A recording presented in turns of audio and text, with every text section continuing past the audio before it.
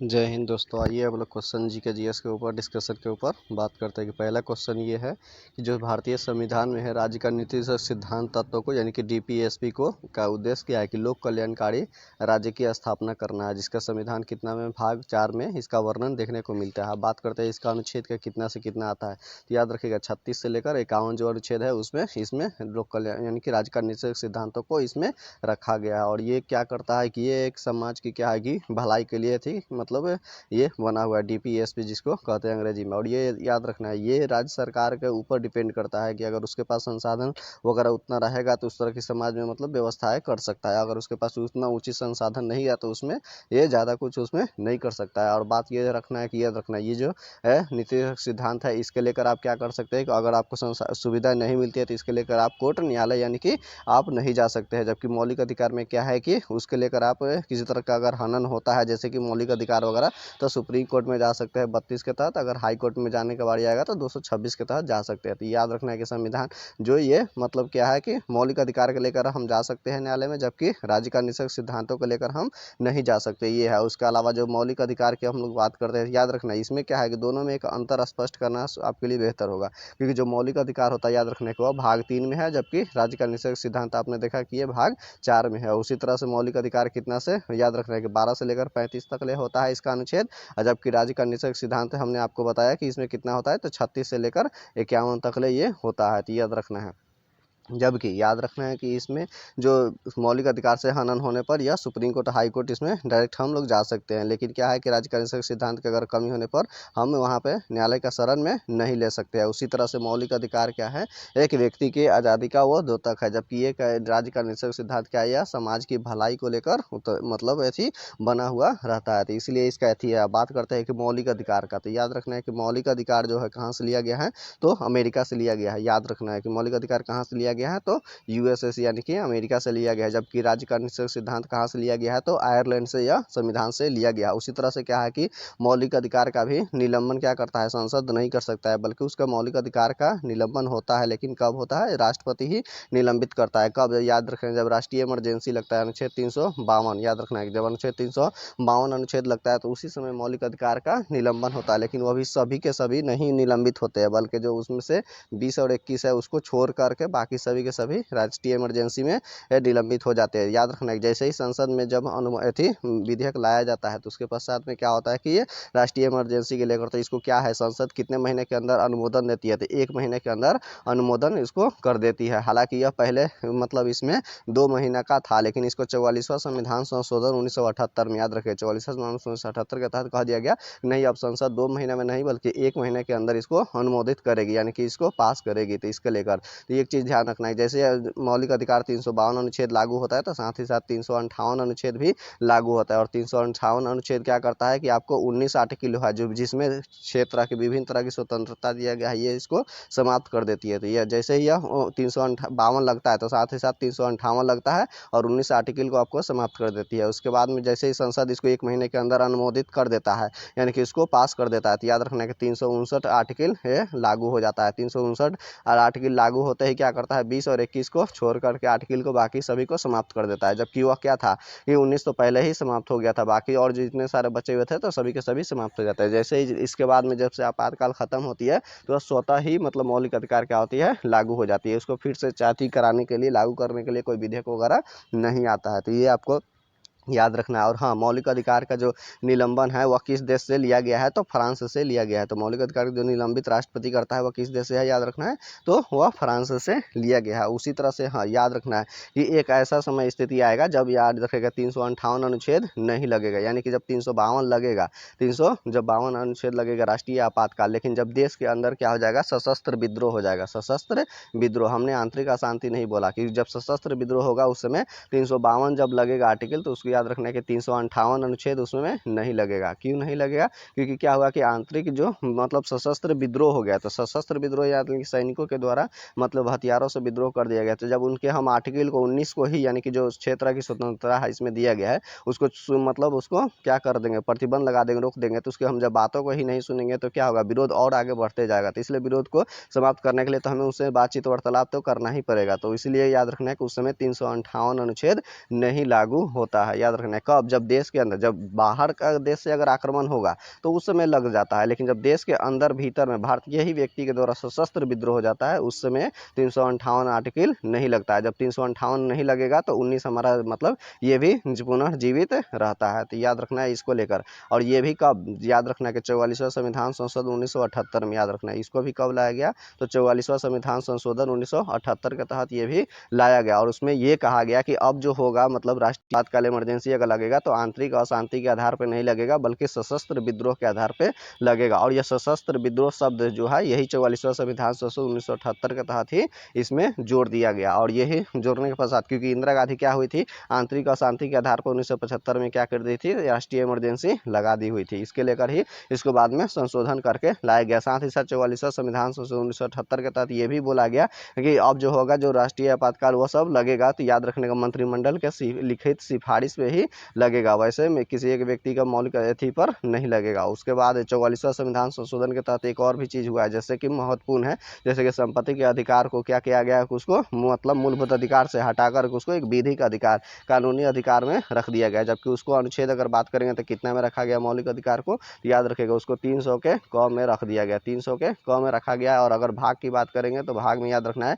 कि 12 भाग में रखा गया। और इसको कहाँ से भी और हटाया गया था तो 19 का, याद रखेगा 19 का जो 6 था, यानी कि इसका एफ जो था वहाँ से भी इसको हटा लिया गया। साथ ही साथ 31 में भी इसका वर्णन था संपत्ति का, तो वहाँ से इसको हटा लिया गया। वो भी कब? 44वां संविधान संशोधन 1978 के तहत। ये आपको इसमें चीज़ में याद रखना है। और मौलिक अधिकार की अगर बात करते हैं, याद रखिएगा 12 से 35 वाला में, तो इसमें से कुछ भारतीयों को भी प्राप्त है, कुछ अन्य विदेशियों को भी प्राप्त है, लेकिन कुछ ऐसी मतलब अनुच्छेद है जो सिर्फ भारतीयों को है, जो विदेशी व्यक्तियों को नहीं दिया गया है। याद रखना है वो कितना है, 15 है, 16 है और 19 है और 29 और 30। ये कैसा आर्टिकल है, याद रखना। ये आपको 5 तरह के जो आर्टिकल है सिर्फ और सिर्फ भारतीयों को है, विदेशी व्यक्तियों को नहीं दिया गया है। तो याद रखना है 15, 16, 19, 29 और ये 30। इसमें आपको खासतौर से इस पर ध्यान आपको देना पड़ेगा। जबकि ये जो हमने डीपीएसपी हमने पढ़ा तो इसके बारे में भी हमने आपको जान लिया, तो इसको लेकर आप न्यायालय वगैरह नहीं जा सकते हैं। चलिए नेक्स्ट क्वेश्चन के ऊपर बात करते हैं। तो नेक्स्ट क्वेश्चन ये है कि जो विषुवतीय रेखा पर क्या है कि विषुवतीय रेखा पर स्थित किसी भी स्थान पर अक्षांश कितना होता है, तो 0 डिग्री का अक्षांश होता है। ये आपको इसमें ध्यान रखना होगा। लेकिन अब आपको बताते हैं कि ये विषुवत रेखा होता है कैसे, तो ये होता है पृथ्वी का ये ग्लोब हो गया और इसके जो बीच से ये रेखा एक खींची जाती है तो जिसको विषुवत रेखा कहा जाता है, या फिर भूमध्य रेखा।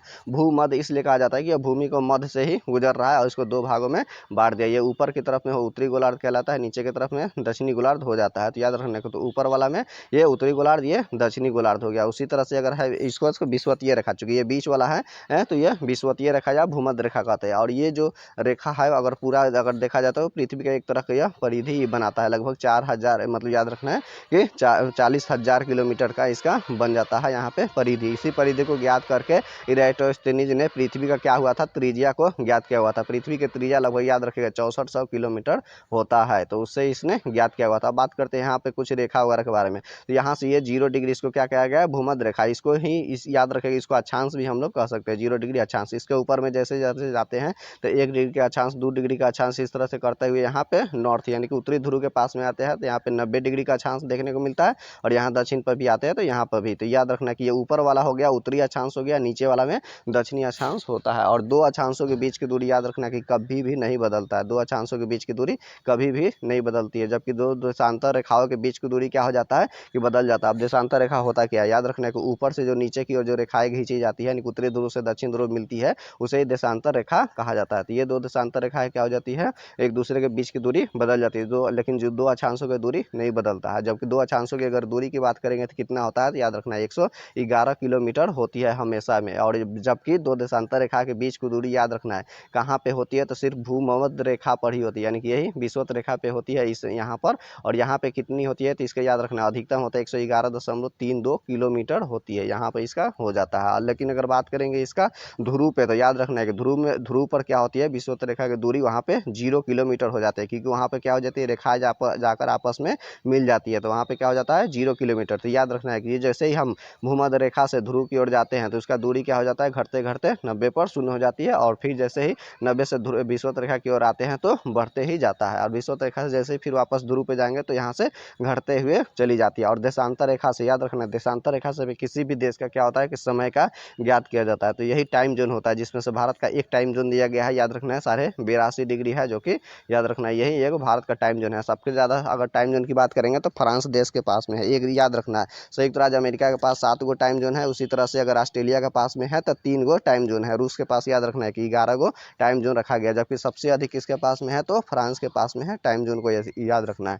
और याद रखना है कि यहाँ पे जो अक्षांश हो गया, तो ऊपर की तरफ में अगर हम लोग बात करेंगे तो यहाँ पे जो अक्षांश में, तो देख लीजिए, तो यहाँ पे अक्षांश जो जाता है तो 23.5 डिग्री ऊपर उत्तरी वाला होती है, उसको हम लोग क्या कहते हैं, कर्क रेखा कहते हैं इसको। और उसी तरह से 23.5 डिग्री दक्षिण की ओर रहता है, उसको क्या कहते हैं, मकर रेखा के नाम से जाना जाता है। उसी तरह से 66.5 डिग्री उत्तरी अक्षांश वाला को क्या कहा जाता है, तो याद रखना है इसको आर्कटिक रेखा कहा जाता है। उसी तरह से 66.5 डिग्री जो दक्षिण मतलब दक्षिणी गोलार्ध का अक्षांश रेखा होता है, इसको क्या कहा जाता है, अंटार्कटिक रेखा कहा जाता है, क्योंकि अंटार्कटिका के पास वाला क्षेत्र में पड़ता है, इसलिए इसको अंटार्कटिक रेखा कहा जाता है। उसी तरह से 90 डिग्री उत्तरी, उसको उत्तरी ध्रुव वाला वहाँ पे मतलब अक्षांश हो जाता है, और ये दक्षिण वाला हो गया। इस तरह से उत्तरी गोलार्ध में याद रखिएगा अक्षांशों की संख्या कितनी होती है, तो 100 मतलब उसका कितना होता है, तो 90 होता है। उसी तरह से दक्षिण में कितना होता है, 90 होता है। तो टोटल मिलाकर ये 90 कितना हो गया, तो आपका 180 हो गया। उसी तरह से अगर देशांतर रेखा की बात करेंगे तो देशांतर याद रखना है कितना होता है, तो 360 गो रेखाएं होती है। अब बात कर लेते हैं यहाँ पे कि भारत में अगर जो हमने आपको टाइम जोन के बताया था, तो इस तरह से ये देख लीजिए, ये लगभग भारत का नक्शा हो गया उसमें, और 82 डिग्री ऊपर से नीचे की ओर गुजरती है। तो ये 5 राज्यों से होकर गुजरती है लगभग। अब 5 राज्यों में वो याद रखना है कि कौन कौन से राज्य है, तो याद रखना है कि उत्तर प्रदेश, मध्य प्रदेश, छत्तीसगढ़, उड़ीसा और आंध्र प्रदेश, यही 5 राज्य है जो कि यहाँ से होकर गुजरती है भारत के टाइम जोन से। और लगभग ग्रीनविच से हमारा कितना घंटा आगे है, याद रखना है कि 5.5 घंटा हम लोग आगे हैं, याद रखना है। और 15 जो डिग्री जो होता है वह 1 घंटे का, मतलब 1 घंटे में पृथ्वी 15 डिग्री का कोण बनाती है, जबकि 360 मतलब 24 घंटे में कितना 360 डिग्री का कोण बना देती है। तो ये हो जाता है टाइम रेखा। और अभी हमने यहाँ पे आया था चूंकि कर्क, जो कि कर्क रेखा के बारे में, तो याद रखना कि भारत का जो बीचों बीच से होकर जो गुजरती है वह रेखा, वह कौन सा है, तो कर्क रेखा ही है। तो कर्क रेखा अब यहाँ पर थोड़ा सा देख लेते हैं। यहाँ पर ये है भारत का, देख लीजिए यहाँ पे ये है, तो बीचों बीच से यहाँ से गुजर गया, तो ये क्या हो जाती है, भारत का मध्य से गुजरती है। तो ये कर्क रेखा लगभग कितने राज्यों से कोई गुजरती है, तो 8 राज्यों से गुजरती है। अब देख लेना यहाँ पे कौन कौन से है, तो यह हो गया गुजरात, राजस्थान, मध्य प्रदेश, उसके बाद छत्तीसगढ़, झारखंड, पश्चिम बंगाल, त्रिपुरा और मिजोरम। इसमें से सबसे ज़्यादा अगर बात करेंगे किससे होकर गुजरती है, तो मध्य प्रदेश के क्या है कि भूमि से होकर ज़्यादा गुजरती है इसका से। सबसे कम किससे होकर गुजरता है, तो राजस्थान वाला क्षेत्र से गुजरती है, यही कर्क रेखा है। और ये कर्क रेखा क्या करती है, भारत को उत्तर भारत और दक्षिण भारत के रूप में इसको विभाजित कर देती है। उसी तरह से नर्मदा नदी है, भारत को भी उत्तर भारत और दक्षिण भारत के रूप में बांट देती है। उसी तरह से अगर वंश की बात करेंगे तो सातवाहन वंश भी दक्षिण भारत को उत्तर भारत के क्या हुआ था, सेतु के तरह उसने जोड़ने का कार्य किया हुआ था। और उसी तरह से अगर भक्ति काल से जोड़ के देखेंगे तो रामानंद थे, जिन्होंने दक्षिण भारत से उसको उत्तर भारत में मतलब भक्ति को फैलाने का कार्य किए हुए थे। और अगर बात करते हैं भारत में थोड़ा सा और बढ़ करके इसको भूगोल से जोड़ देते हैं, तो याद रखना कि अगर भूगोल से इसको जोड़ कर देखेंगे तो ये उत्तर वाला जो भारत था, ये याद रखना है कि किसका भाग था, तो अंगारा लैंड का भाग था, जबकि दक्षिणी वाला जो था वह गोंडवाना लैंड का भाग था, गोंडवाना लैंड का ये भाग था। तो ये कुछ है उत्तर दक्षिण से जुड़ा हुआ आपको क्वेश्चन जो आपके इंपॉर्टेंट है। चलिए नेक्स्ट क्वेश्चन के ऊपर बात करते हैं। और हाँ, हमने आपको बता दिया कि 2 देशांतर रेखाएं जो होती है, तो जो 2 देशांतर रेखाएं जो होती है यहाँ पर आपको ये हो गया, ठीक है, देशांतर रेखा है। तो 2 देशांतर रेखाओं के बीच की दूरी को क्या कहा जाता है, कि गोरे कहा जाता है, जबकि 2 अक्षांशों के बीच की दूरी को क्या कहा जाता है, उसको कटिबंध कहा जाता है, याद रखना है, यानी कि कटिबंध कहा जाता है। जबकि ये देशांतर रेखाएं क्या करती है, हमें समय के बारे में बस जानकारी देती है, यहाँ से समय का पता चल जाता है। जबकि ये अक्षांश रेखा से क्या पता चलती है, तो हमें जलवायु के बारे में पता चल जाता है। तो उससे अक्षांश से क्या जाता है कि वहाँ पे जलवायु मतलब कैसी है, अगर वह विषुवत रेखा के आसपास में रहा, यानी कि कटिबंध वाला क्षेत्र में, तो वह उष्ण हो जाता है, उसके ऊपर में रहा तो शीत उष्ण हो जाता है, और ध्रुव के पास वाला रहा तो वह काफी शीत कटिबंध हो जाता है, यानी कि ठंडा वगैरह क्षेत्र रहता है। तो ये आपको इसमें से कुछ चीजें हैं जो कि याद रखने की जरूरत है। चलिए नेक्स्ट क्वेश्चन के ऊपर बात करते हैं। तो नेक्स्ट क्वेश्चन ये है कि नेक्स्ट क्वेश्चन है कि पोर्टलैंड जो सीमेंट होता है, प्रमुख घटक इनमें से कौन कौन से होते हैं। तो याद रखना यहाँ पे कौन सा हो गया, लाइम हो गया, सिलिका हो गया और एल्युमिनिया हो गया, ये प्रमुख घटक होते हैं। वैसे अगर पोर्टलैंड सीमेंट की अगर हम लोग बात करते हैं तो याद रखना है कि इसको जो ट्रिक होता है, याद रखिएगा यहाँ पे इसका कुछ ट्रिक होता है कि चूसिए आम, यहाँ पे चूसिए आम जी। ठीक है, यही एक लगभग ट्रिक होता है। चू से याद रखना है, यानी कि चूना का सूत्र अगर बात करते हैं तो चूना का सूत्र क्या हो जाएगा, तो CaO, यानी कि इसको कैल्शियम ऑक्साइड को ही चूना कहते हैं, तो ये भी इसमें मिला हुआ रहता है। सी से याद रखना है कि सिलिका हो गया। सिलिका का मतलब यानी कि बालू, बालू ये होता है, याद रखना है उसका सूत्र क्या होता है, SiO2। ये सिलिका हो गया आपका बालू का सूत्र है। ए से क्या हो गया आपका एल्युमिनियम के ऑक्साइड हो जाता है, तो एल्युमिनियम के ऑक्साइड Al2O3, ये एल्युमिनियम के ऑक्साइड हो गया। उसी तरह आ से क्या हो गया कि आयरन के ऑक्साइड, आयरन के ऑक्साइड मतलब Fe2O3, ये हो गया आपका आयरन के ऑक्साइड हो गया। उसी तरह से म से है उसका क्या हो जाता है, मैग्नीशियम के ऑक्साइड। उसी तरह से यहाँ पे जी, चूंकि हमने जी बोला तो इसलिए इसको क्या हो जाता है, जिप्सम। अब बात कर लेते हैं यहाँ पे जिप्सम का सूत्र क्या होता है, याद रखना है CaSO4 इंटू 2H2, ये क्या हो गया, जिप्सम हो गया। यहाँ पे जब जो दो जल हो जाता है तो ये जिप्सम होता है, लेकिन इसको अगर हाफ कर देंगे, हाफ H2 यानी कि आधा जल हो जाएगा, तो इसको हम लोग प्लास्टर ऑफ पेरिस कहते हैं। जैसे देखबे करते हैं आपका पैर अगर हड्डी टूट जाता है तो आपको प्लास्टर लगा दिया जाता है, तो यानी प्लास्टर मतलब वही है, प्लास्टर ऑफ पेरिस ही है। तो ये आपको याद रखना है। तो ये इससे जुड़ा हुआ, जबकि जिप्सम क्या करता है, उसको क्या करता है कि काफ़ी तेज़ी से उसको मतलब एथी करता है, जबकि एल्युमिनियम क्या करता है, उसको हार्ड बनाने का कार्य करता है। तो ये रखना है कि इसके संगठक सीमेंट में से हमेशा पूछता है, जो कि आपको उस पर ट्रिक पे आपको याद रखने की ज़रूरत है। यानी कि ट्रिक पे वही हमने आपको जो बोल दिया कि जो चूसिए आम जी, वही आपका ट्रिक है, उससे आपका क्या हो जाएगा, सॉल्व हो जाएगा। चलिए हम नेक्स्ट क्वेश्चन के ऊपर बात करते हैं। तो नेक्स्ट क्वेश्चन ये कहता है कि जैसे कि सोल्डर यानी कि टाँका मतलब जो टाँका है, इसमें क्या है, टीन और शीशा का है, यह एक मिश्र धातु का ये बना हुआ होता है। अब बात है शोल्डर का, तो आप जन्मे यानी टाका कहीं वगैरह कहीं भी तार से ये जोड़ने का कार्य किया जाता है। यानी बारीकी रेडियो वगैरह का इसमें देखिएगा, उसमें यही चीज़ लगा जाता है, या सफ़ेद रंग का होता है। अब बात करते हैं यानी कि टीन, यहाँ पे शीशा, चूंकि अब शीशा आ गया है तो यहाँ से याद रखना है कि पीबी, इसको पीबी होता है। इसका अगर बात करते हैं तो इसका परमाणु संख्या कितना होता है, तो इसमें 82 होता है शीशा। और याद रखना है कि शीशा जब रेडियो एक्टिव किरणें, जब अल्फा बीटा गामा किरणें उत्सर्जित करती है, तो अंतिम रूप से क्या है कि वह शीशा में ही परिवर्तित हो जाता है, आपको याद रखना है। जबकि ये शीशा जिसका परमाणु संख्या 82 होता है। अगर शीशा के, अब और एक चीज़ इसमें से याद रखना है, हाँ, और वो जो अल्फा बीटा गामा जो किरणें हो क्यों उत्सर्जित करती है, तो याद रखने के जैसे ही 82 संख्या से ऊपर बढ़ती है तो उसके नाभिक क्या हो जाते हैं कि अस्थायी हो जाते हैं। जैसे ही अस्थायी होते हैं तो स्वतः ही अल्फा बीटा गामा किरणें उत्सर्जित करने लगती है। तो जैसे ही एक अल्फा किरण का अगर उसने इसमें निकलता है, याद रखना कि एक अल्फा किरण निकलता है तो 2 परमाणु संख्या और क्या होती है कि 4 उसके परमाणु भार में क्या हो जाता है कि कमी हो जाती है। उसी तरह से एक बीटा किरण, याद रखना है कि ये तो एक अल्फा किरण निकला तो 2 परमाणु संख्या और 4 भार की कमी हो जाती है, यानी कि एटॉमिक मास का। उसी तरह से अगर बात करते हैं एक बीटा किरण निकलती है तो क्या होता है, तो इसके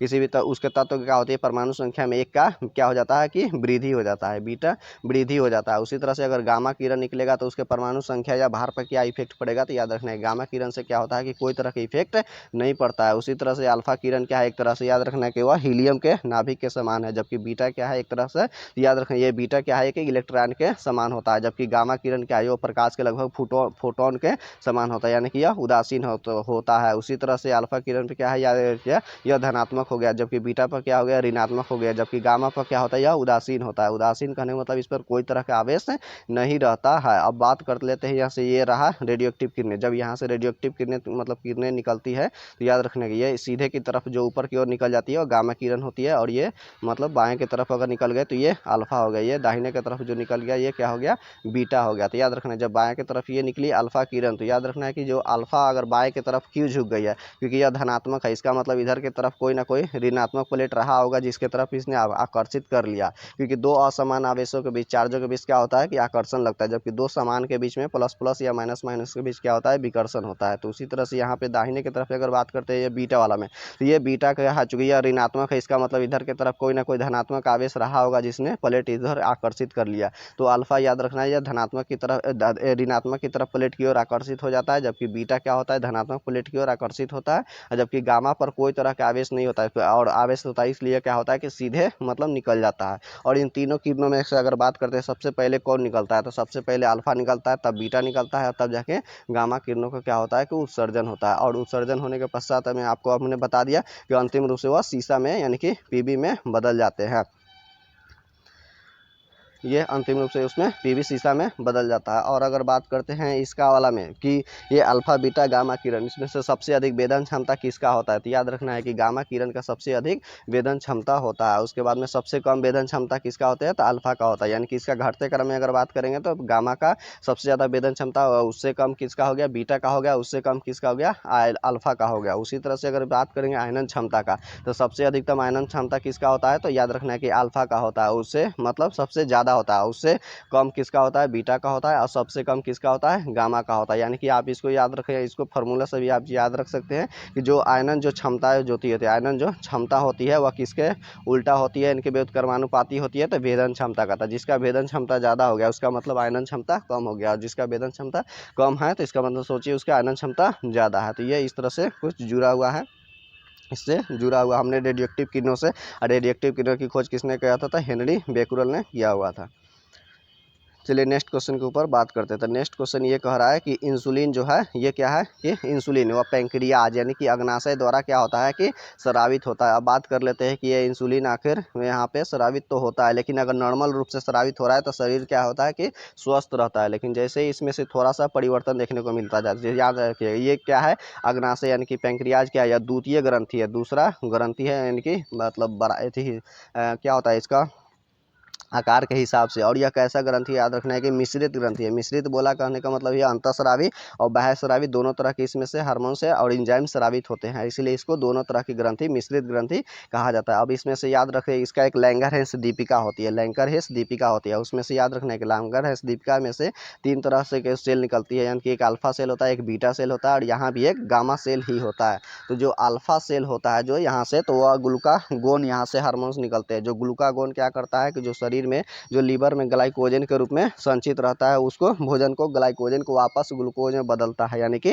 ग्लूकोज के शरीर में बनाए रखने के लिए अल्फा जो होती है ना, वह ग्लूकागोन वह उत्तरदायी है। उसी तरह से बीटा जो किरण है, तो इसी में से बीटा जो है ना, इसमें से इसी में से अगर अल्फा इंसुलिन अगर कम निकलने लगा तो आपको क्या हो जाती है, डायबिटीज यानी कि मधुमेह रोग हो जाता है। और अगर ज़्यादा निकलने लगा, आपको आवश्यकता से ज़्यादा अगर निकलने लगा तो हाइपोग्लाइसीमिया हो जाता है। जबकि गामा सेल से जो निकलता है उसको याद रखना कि गामा सेल से निकलता है उसको सोमैटोस्टेटिन कहलाता है, जो कि शरीर के सभी अंगों को मतलब बने हुए भोज्य पदार्थों को पहुंचाने का कार्य करता है। जबकि याद रखना है कि आपको यहाँ से इंसुलिन में कौन सी धातु पाई जाती है, यानी कि जिंक धातु यानी कि जस्ता इसमें देखने को मिलता है। उसी में क्या रहता है, तो लोहा रहता है, और क्लोरोफिल में मैग्नीशियम धातु रहता है। तो ये आपको यहाँ पे ध्यान देने की कुछ बातें हैं।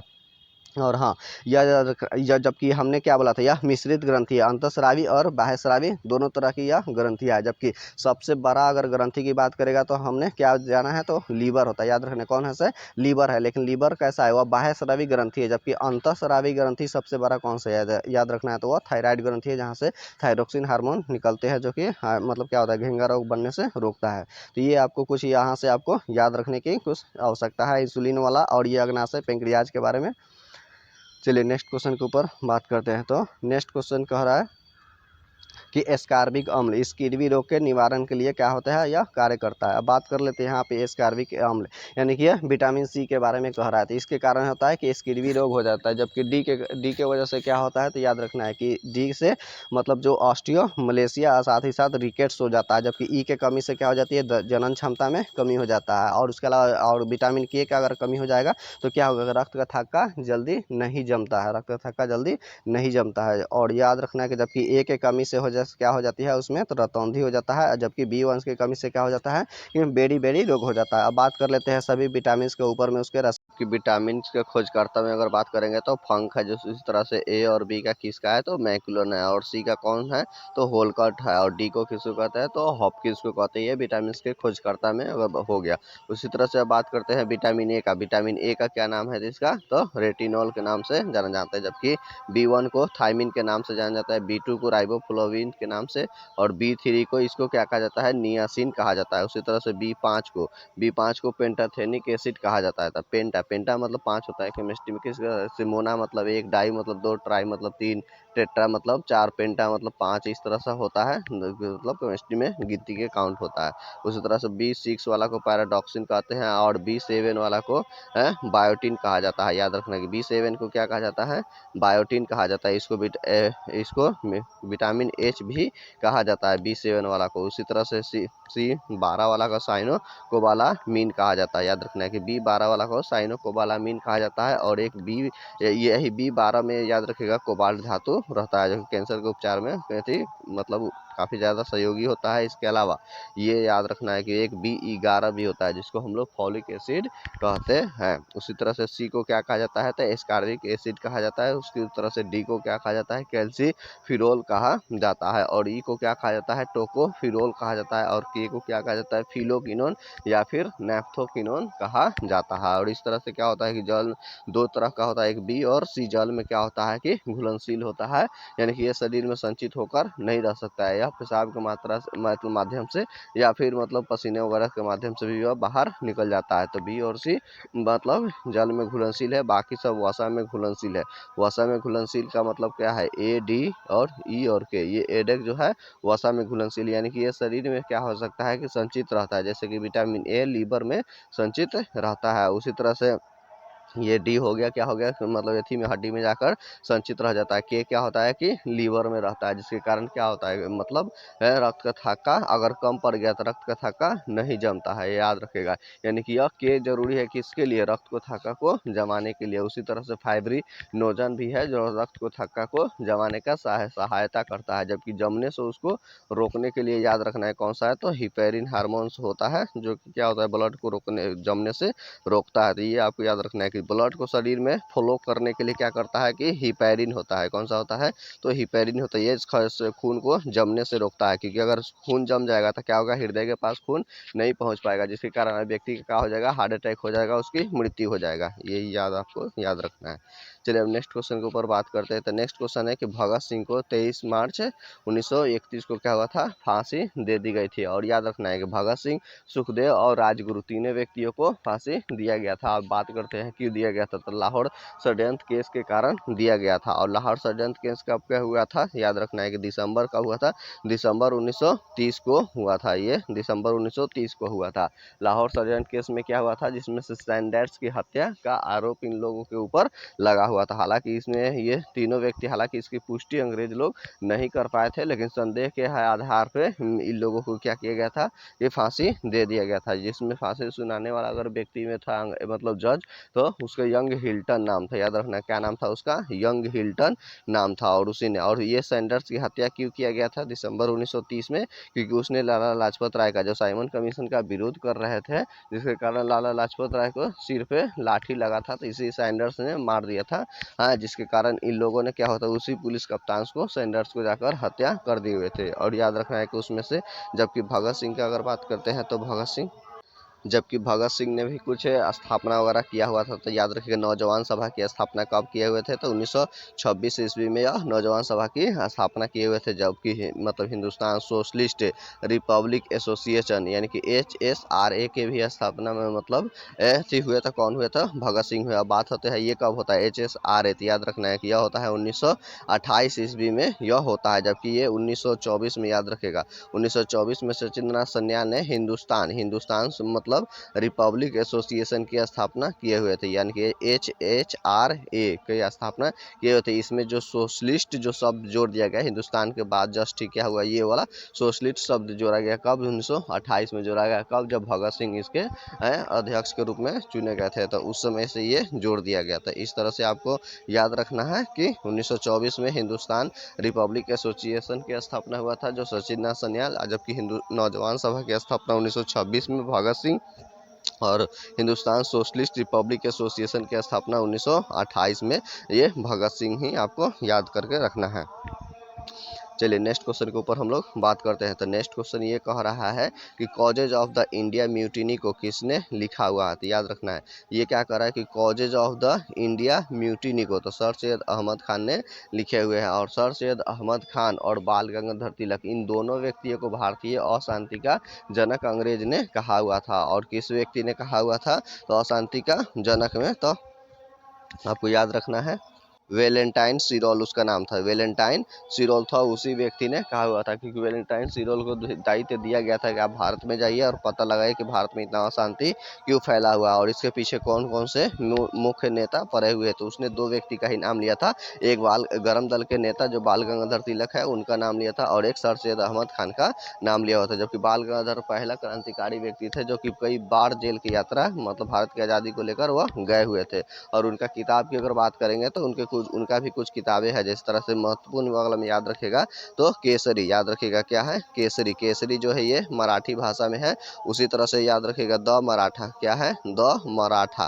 तो द मराठा किस भाषा में है तो अंग्रेजी भाषा में, क्योंकि यहाँ पे द ही लगा हुआ है इसलिए द मराठा। उसके अलावा जो इनका किताब है तो गीता रहस्य, याद रखेगा इनका। इसके अलावा एक गीता रहस्य भी इनका किताब है। बाल गंगाधर तिलक का काफ़ी महत्वपूर्ण यह व्यक्ति माना जाता है। वैसे गरम दल में लाल बाल पाल, याद रखना है गरम दल के रूप में अगर किनको किनको जाना जाता है तो लाल बाल और पाल के रूप में, यानी कि लाल मतलब लाला लाजपत राय आए और पाल मतलब बिपिन चंद्र पाल और बाल का मतलब बाल गंगाधर तिलक, यही तीनों व्यक्ति थे। और जबकि आपको याद आ रहा होगा ये मार्च 1931 यानी कि ठीक यह 23 मार्च हुआ था ना, इससे जस्ट पहले कुछ ही समय पहले यानी कि 5 मार्च को यह हुआ था।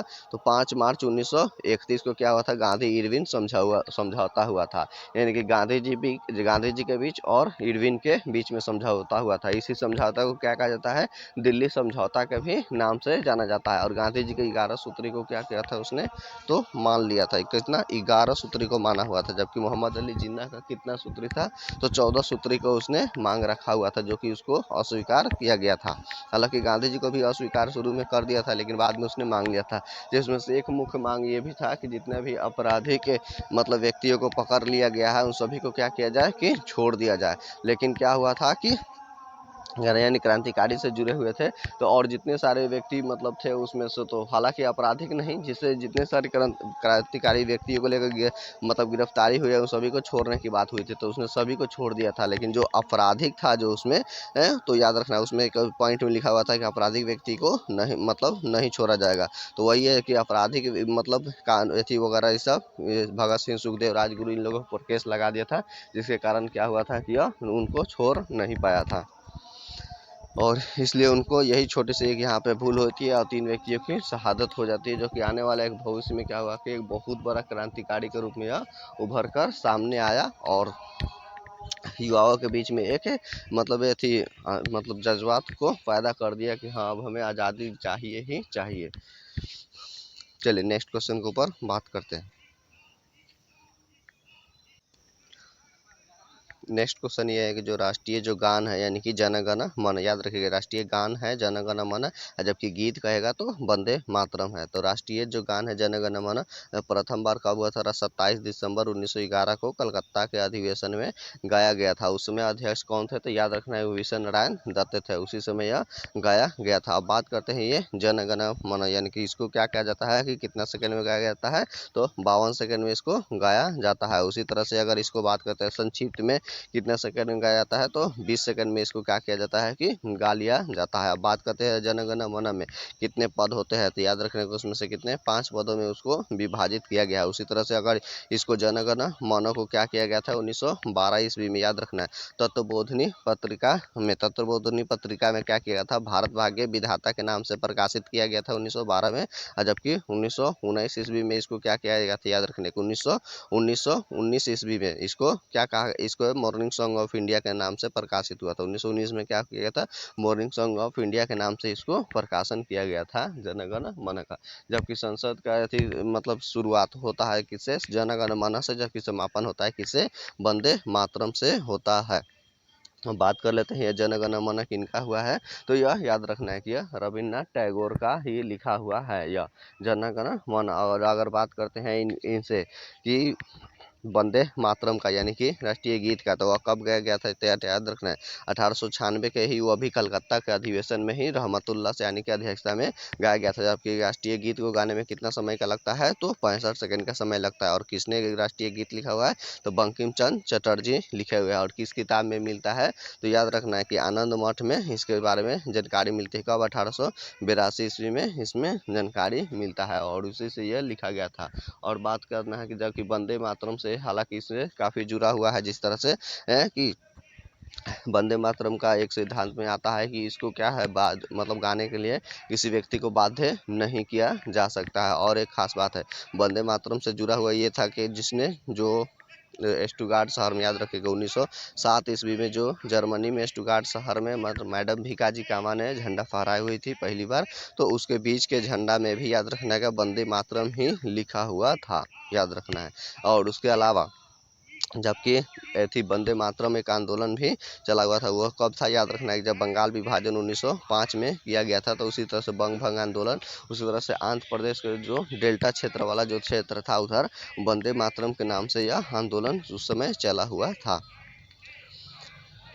चलिए नेक्स्ट क्वेश्चन देखिए, उत्तराखंड की राजधानी कौन सा है, तो देहरादून है। उसी तरह से अगर इसका थी ग्रीष्मकालीन राजधानी की अगर बात किया जाएगा, तो ग्रीष्मकालीन राजधानी गैरसैंण को उसने बनाया हुआ था। यानी कि उत्तराखंड की दो राजधानियाँ, एक गैरसैंण है और दूसरा क्या है, वो देहरादून है। नेक्स्ट क्वेश्चन चलते हैं। तो नेक्स्ट क्वेश्चन ये कहता है कि भारतीय संविधान का अनुच्छेद क्या है कि 85, और राष्ट्रपति क्या करता है कि लोकसभा को भंग करने की शक्ति प्रदान करता है। जबकि अगर बात करते हैं संसद की चर्चा कितना में है, तो याद रखना है कि 79 में संसद की चर्चा है। उसी तरह से 80 में राज्यसभा का गठन है, जबकि 81 में लोकसभा का मतलब गठन है, और 85 में लोकसभा का क्या हो जाता है कि विघटन ही हो जाता है। तो राष्ट्रपति के पास में बहुत सारी शक्तियाँ यहाँ पर मतलब अगर बात करेंगे तो है। उसी तरह से अगर राष्ट्रपति का कुछ ट्रिक देख लेते हैं, तो राष्ट्रपति का ट्रिक होता है कि पकानी को का दुयो दुयो और दशम इनका होता है। तो याद रखना है कि ये दशम होता है, दशम।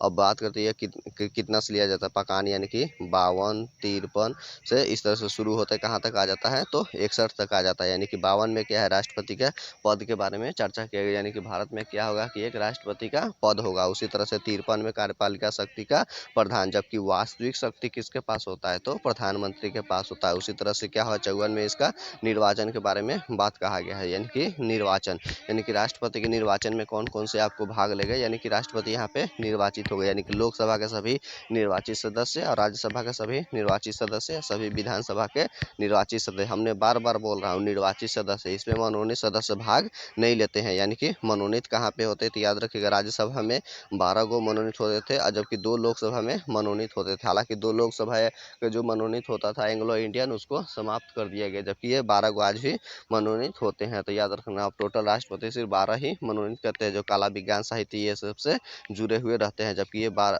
हाँ, और ये जो होता है इसमें से ये लोग इसमें भाग नहीं लेता है, लेकिन जब महाभियोग की प्रक्रिया लगती है उस समय हटाने के समय ये सब भाग लेते हैं। और हाँ, दिल्ली और पुदुचेरी के भी राज्य में क्या है, विधानसभा है, तो इसलिए उसको भी रखा गया है कि आप भी मतलब राष्ट्रपति के निर्वाचन में भाग ले सकते हैं। अब बात ये आ रहा है कि मतलब विधानसभा तो जम्मू कश्मीर में भी अब स्थापित हो गया है, तो क्या वहाँ का भी लोग भाग लेता है, तो नहीं, अभी संसद उसमें संशोधन नहीं की हुई है। जैसे उसमें संशोधन करके उसको भी मतलब यह अधिकार दे देगी, तो उस दिन से जम्मू कश्मीर भी अपना वोट राष्ट्रपति के चुनाव में कर सकता है।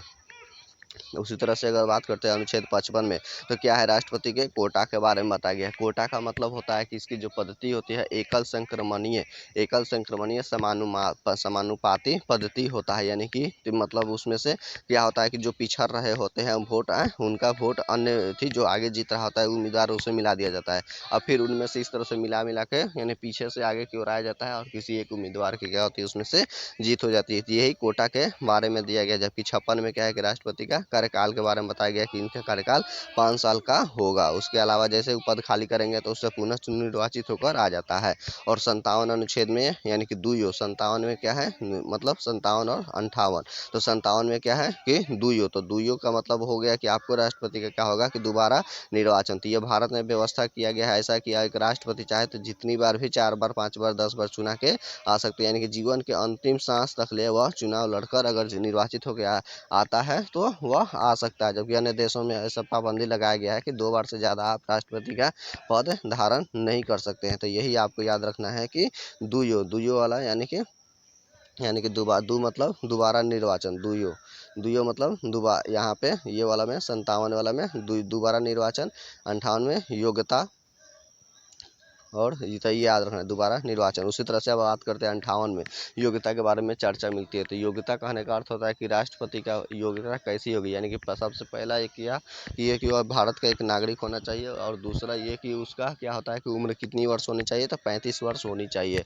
और तीसरा ये कि लोकसभा का सदस्य, यानी कि याद रखिए लोकसभा का सदस्य जितना योग्यता मतलब सदस्यता मतलब उसमें होनी चाहिए। उसी तरह से अगर और बात करते हैं तो क्या होना चाहिए, तो उसमें लाभ का कोई पद धारण नहीं किया होना चाहिए। लाभ का पद का मतलब क्या है कि जितनी भी सरकारी नौकरियां वगैरह आप देख रहे हैं वो सभी के सभी क्या है कि लाभ का पद है, लेकिन अब मुखिया है या फिर विधायक है या एमपी है, कुछ भी है, तो आप लाभ के पद पे नहीं है। ये चीज़ आपको याद रखना है।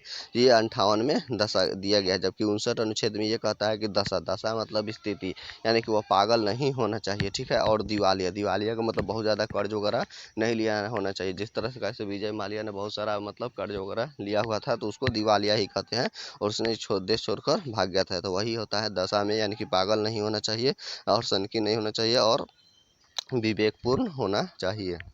जबकि 100 से 60 और 100 से शपथ के बारे में चर्चा किया गया है इसमें। तो याद रखना है कि 100 से 60 और 100 से शपथ वाला में, तो यानी कि यह शपथ इसको राष्ट्रपति को दिलाई जाती है। अब शपथ कौन दिलाता है राष्ट्रपति को, तो याद रखिएगा CJI यानी कि चीफ जस्टिस ऑफ इंडिया, यानी सुप्रीम कोर्ट के मुख्य न्यायाधीश उनको क्या करते हैं कि शपथ दिलाते हैं। और अगर मुख्य न्यायाधीश नहीं रहे तो कौन दिलाएगा इनका, याद रखिएगा सुप्रीम कोर्ट के अन्य न्यायाधीश उसमें दिलाएंगे। और अगर अन्य न्यायाधीश में तो आप देख ही रहे हैं, क्योंकि अभी सुप्रीम कोर्ट में कितना है 34 मतलब टोटल 34 गो है सुप्रीम कोर्ट में न्यायाधीश, यानी कि एक मुख्य न्यायाधीश हो गए और बाकी अन्य 33 अन्य न्यायाधीश हो गए। तो उन्हीं में से व्यक्तियों में से जो सबसे वरिष्ठ व्यक्ति रहते हैं उनसे राष्ट्रपति की शपथ दिलाई जाती है। और जबकि राष्ट्रपति त्याग पत्र अगर देना चाहेगा तो किसको देता है, तो यह उपराष्ट्रपति को त्याग पत्र देता है। उसी तरह से अब बात करते हैं 61 में क्या है कि महाभियोग की चर्चा है। याद रखना है 61 में क्या है, तो महाभियोग। अब ये बात करते हैं कि महाभियोग आखिर लाया क्यों जाता है, क्योंकि जब लगता है कि राष्ट्रपति कुछ गलत तरीका से इलीगल कार्य कर रहा है, असंवैधानिक, उसी को लेकर 61 यानी कि उनको हटाने के लिए महाभियोग की प्रक्रिया लगाई जाती है। जैसे ही जब लाई जाती है, और हाँ महाभियोग की जब प्रक्रिया लाई जाएगी तो किसी भी सदन में लाया जाएगा, ये नहीं जरूरी है कि या तो लोकसभा में आएगा तो या तो राज्यसभा में, यानी कि संसद में आ सकती है, यानी कि या उसमें वह इच्छा है कि संसद किसमें भी ला सकती है, यानी कि लोकसभा में या तो राज्यसभा में। और जब उसमें लाई जाती है तो 25% यानी कि लगभग 1/4 लोगों का हस्ताक्षर उस पर होना चाहिए। और जिस सदन में अब वह जाती है तो याद रखना है कितना, 2/3 बहुमत से उसको पारित करना होता है। एक याद होता है साधारण बहुमत, साधारण बहुमत का मतलब 50%, यानी कि 50% प्लस 1 से वह होता है पारित। और जबकि ये क्या है 2/3 का मतलब इसको विशेष बहुमत कहा जाता है। तो ये विशेष बहुमत यानी 2/3 बहुमत से उसको पारित किया जाता है। और पारित करने के पश्चात क्या हो जाता है, मतलब राष्ट्रपति के ऊपर को 14 दिन, याद रखना है कितना, 14 दिन पूर्व क्या हो जाती है, उसको सूचना दे दी जाती है। तो वह दूसरा सदन में जब पारित होने के लिए आता है उस समय राष्ट्रपति अपना आता है और अपना पक्ष देता है। अगर वो पक्ष संतुष्टजनक रहा तो क्या होगा कि अगर पारित नहीं होगा तो वह उसका वैसे ही जस के तस पद बना रहेगा। लेकिन जैसे दूसरा सदन में अगर उसने अपना बात भी रखा और रखने के पश्चात में उसका अगर फिर भी वह 2/3 बहुमत से पारित हो गया, याद रखना 2/3 बहुमत से पारित हो गया, तो उस तरह से क्या होगा कि राष्ट्रपति को अपना पद छोड़ना पड़ेगा। तो जैसे उसने अपना राष्ट्रपति का पद वह छोड़ेगा तो उस समय से उसके बाद फिर 6 महीना के अंदर, हालांकि उस समय तत्कालीन मतलब कार्यवाहक राष्ट्रपति के रूप में कौन आ जाते हैं, तो उपराष्ट्रपति आ जाते हैं, जो किस रूप में पहले कार्य कर रहे थे, वह सभापति के रूप में, यानी राज्यसभा के सभापति में थे जो उपराष्ट्रपति, वह राष्ट्रपति के लिए आ जाता है। उसके बाद में फिर 6 महीना के अंदर जल्दी क्या होता है, चुनाव कराया जाता है, चुनाव करा करके फिर राष्ट्रपति को चुन लिया जाता है। तो हालांकि अगर यह मतलब महाभियोग अगर बात की जाएगा तो महाभियोग अब तक ले किसी भी भारत के व्यक्ति के मतलब राष्ट्रपति के ऊपर नहीं लगा हुआ है एक बार भी। अब बात कर लेते हैं कि इनसे जुड़ा हुआ के बारे में, कि हमने जो आपको बताया था कि कौन सा पद कहाँ से लिया गया, याद रखिएगा इसका क्या है कि पकानी कोका दुयो और दशम, दसम। तो याद रखना है। तो अब बात करें इसमें से कौन सा राष्ट्रपति का पद, याद रखिएगा। तो राष्ट्रपति एक पद होगा, तो यह पद कहाँ से लिया गया है, तो ब्रिटेन से लिया गया है। उसी तरह से राष्ट्रपति का निर्वाचन, याद रखिएगा, राष्ट्रपति का निर्वाचन कहाँ से, यानी कि निर्वाचित होकर आएगा, तो यह निर्वाचन कहाँ से लिया गया, तो अमेरिका से, संविधान से लिया गया है। उसी तरह से उपराष्ट्रपति का भी निर्वाचन अमेरिका से ही लिया गया है। जबकि कहेगा कि राष्ट्रपति का निर्वाचक मंडल कहने का मतलब है यानी कि राज्यसभा, लोकसभा और विधानसभा, ये निर्वाचक मंडल हो गए। तो ये निर्वाचक मंडल की व्यवस्था कहाँ से लिया गया है, तो याद रखना है कि आयरलैंड के संविधान से लिया गया है। यानी कि राष्ट्रपति का पद ब्रिटेन से, निर्वाचन अमेरिका से, निर्वाचक मंडल कहाँ से, तो आयरलैंड से लिया गया है। उसी तरह से राष्ट्रपति का जो है महाभियोग की प्रक्रिया, ये भी कहाँ से लिया गया है, तो अमेरिका से ही लिया गया है।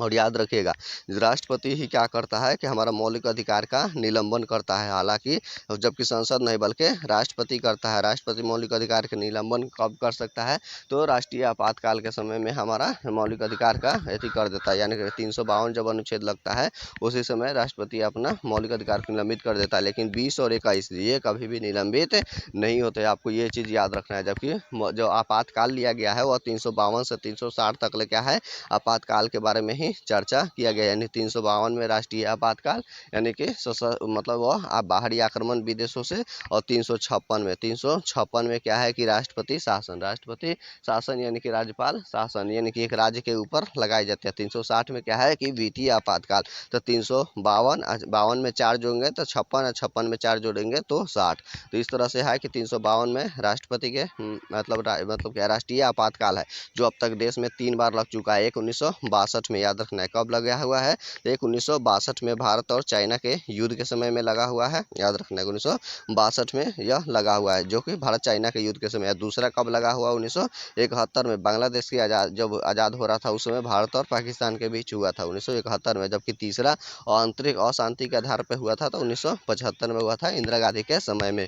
उसी तरह से वित्तीय आपातकाल की बात करते हैं 360 में, तो एक बार भी अभी तक नहीं लगा हुआ है। याद रखना है वित्तीय आपातकाल मतलब, और इसको संसद का मतलब अनुमोदन कितने दिनों में करना रहता है, तो 2 महीने के अंदर अनुमोदक। लेकिन अधिकतम समय कौन सा है, तो कोई निश्चित इसका नहीं है कि कब लिया जाएगा। यानी कि जब तक मतलब देश के अंदर में आर्थिक स्थिति ठीक नहीं हो जाती तब तक यह वित्तीय आपातकाल लागू ही रहती है।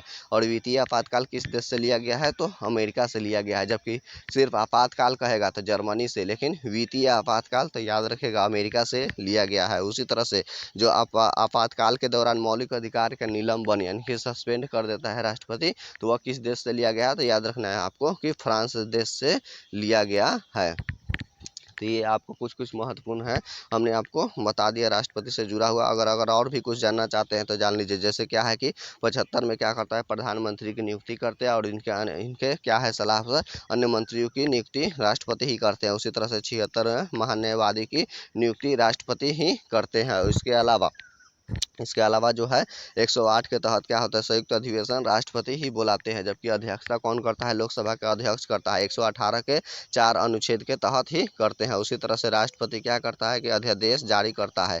अध्यादेश की अगर बात करते हैं तो कितना अनुच्छेद में किया गया है, तो 123 में अध्यादेश के बारे में चर्चा है। राष्ट्रपति क्षमादान की शक्ति कितना में है, तो 72 अनुच्छेद में मतलब यहाँ पे देखने को मिलता है। उसी तरह से संघ लोक सेवा आयोग की चर्चा याद रखेगा कितना अनुच्छेद में, मतलब अखिल भारतीय संघ की स्थापना 300 मतलब 12 में, 300 अखिल भारतीय संघ की स्थापना कितना में है, 312 में कहा गया है। उसी तरह से यूपीएससी और बीपीएससी यानी कि पीसीएस का चर्चा यानी कि राज्य लोक सेवा आयोग और संघ लोक सेवा आयोग, इसकी चर्चा कितना अनुच्छेद में मिलता है, तो याद रखना है 315 अनुच्छेद में मिलता है। 315 अनुच्छेद में मिलता है। उसी तरह से अगर वित्त आयोग की अगर बात करेंगे तो वित्त आयोग मतलब कितना है, उसका मतलब नियुक्ति कौन करता है, सभी अध्यक्ष और अन्य व्यक्तियों की, तो राष्ट्रपति करता है। कितना अनुच्छेद के तहत, 280 अनुच्छेद के तहत करता है। उसी तरह से 344 अनुच्छेद के तहत क्या करता है, राजभाषा आयोग का भी राजभाषा आयोग को बनाता कौन है, तो राष्ट्रपति ही बनाता है। तो राष्ट्रपति को बहुत सारा क्षेत्र अधिकार है, लेकिन वह सभी कैसा है, कार्यपालिका यानी कि कार्य यानी कि ऑफिशियल टाइप का है। लेकिन वास्तविक याद रखिए किसके पास होता है,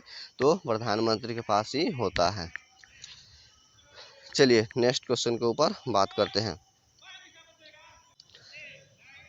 नेक्स्ट तो नेक्स्ट क्वेश्चन ये है कि प्रेशर कुकर में क्या होता है, साग जल्दी बनने का कारण क्या है कि पानी का क्वथनांक अधिक हो जाना, यानी कि दाब बढ़ने के साथ में, यानी कि प्रेशर बढ़ने के साथ साथ क्या होता है कि पानी का क्वथनांक बढ़ जाता है, यानी कि क्वथनांक का बढ़ गया, यानी कि पानी का क्वथनांक कितना होता है 100 डिग्री सेल्सियस होता है, याद रखना है। तो अगर ये मान लेते हैं आपको कि 100 डिग्री सेल्सियस पे नॉर्मल खोलने लगता है, लेकिन जैसे उसके अंदर प्रेशर बढ़ता है तो ये 100 के बजाय कितना हो जाता है, मान लीजिए कि 100 मतलब 2 और या 103 डिग्री हो गया, यानी कि इसमें 2-3 डिग्री अधिक टेम्परेचर मिल गया, जिसके कारण क्या होता है कि चावल को कुछ ज़्यादा ऊष्मा प्राप्ति हो गई, जिसके कारण क्या होता है कि चावल जल्दी गल जाता है। जबकि यही क्या होता है कि ऊंचाई बढ़ता है ना, जहाँ पे हम लोग जाते हैं पहाड़ों वगैरह पर, तो ऊंचाई बढ़ने के साथ साथ क्या हो जाता है कि वहाँ पर घट जाता है, क्या होता है कि वहाँ पर वायुमंडलीय दाब घट जाता है, जिसके कारण क्या होता है उसका क्वथनांक घट जाता है, यानी कि क्वथनांक घटने का मतलब वह 100 डिग्री सेल्सियस पे खोलने के बजाय क्या होता है कि वह क्वथनांक घट गया, यानी कि वो अब कितना हो गया, लगभग 96 हो गया या फिर 95 हो गया है। तो सोचिए उसमें क्या है, उसमें कि ह्रास हुआ कि नहीं, यानी कि कम उसमें उसको मिला जितना मिलना चाहिए था,